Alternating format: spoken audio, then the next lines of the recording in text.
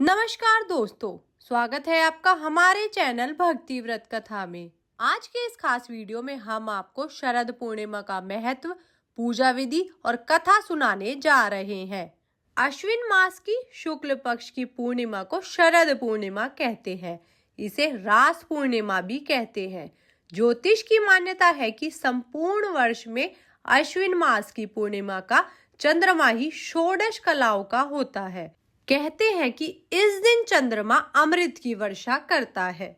शरद पूर्णिमा के दिन शाम को खीर पूरी बनाकर भगवान का भोग लगाएं। भोग लगाकर खीर को छत पर रख दें और रात को भगवान का भजन करें। चांद की रोशनी में सुई पिरोए। अगले दिन खीर का प्रसाद सब में वितरित कर दे। ऐसा करने से भगवान अत्यंत प्रसन्न होते हैं। इस दिन प्रातःकाल आराध्य देव को सुंदर वस्त्राभूषण से सुशोभित करें। आसन पर विराजमान कर गंध, अक्षत, पुष्प, धूप, दीप, नवैग, सुपारी, दक्षिणा आदि से पूजा अर्चना करें। पूर्णिमा का व्रत करके कहानी सुननी चाहिए। कथा सुनते समय एक लोटे में जल, गिलास में गेहूं, दोनों में रोली तथा चावल रखें। गेहूं के 13 दाने हाथ में लेकर कथा सुने। फिर गेहूं के गिलास पर हाथ फेर कर मिश्रानी के पांव स्पर्श करके उसे दे दे।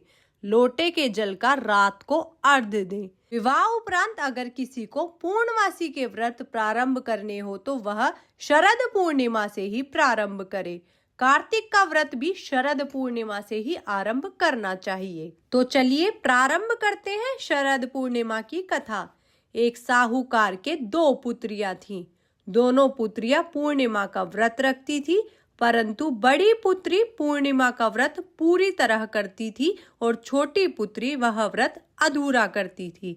परिणाम यह हुआ कि छोटी पुत्री की संतान पैदा होते ही मर जाती थी। उसने पंडितों से इसका कारण पूछा तो उन्होंने उसे बताया कि तुम पूर्णिमा का अधूरा व्रत करती हो, जिसके कारण तुम्हारी संतान पैदा होते ही मर जाती है। पूर्णिमा का पूरा व्रत विधि पूर्वक करने से तुम्हारी संतान जीवित रह सकती है। उसने पंडितों की सलाह पर पूर्णिमा का पूरा व्रत विधि पूर्वक किया।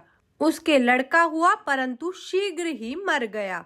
उसने लड़के को पीढ़े पर लिटाकर ऊपर से कपड़ा ढक दिया। फिर बड़ी बहन को बुलाकर लाई और बैठने के लिए वही पीढ़ा दिया।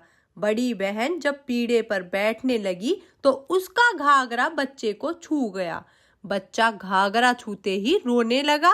बड़ी बहन बोली, तू मुझे कलंक लगाना चाहती थी, मेरे बैठने से यह मर जाता। तब छोटी बहन बोली, यह तो पहले से ही मरा हुआ था, तेरे ही भाग्य से यह जीवित हुआ है, तेरे पुण्य से ही यह जीवित हुआ है। यह बात उसने राजा से कही और राजा ने पूरे गांव में ढिंडोरा पिटवा दिया कि जो कोई भी व्रत करे वो पूरा व्रत करे और अधूरा ना छोड़े। तो ये थी शरद पूर्णिमा की व्रत कथा।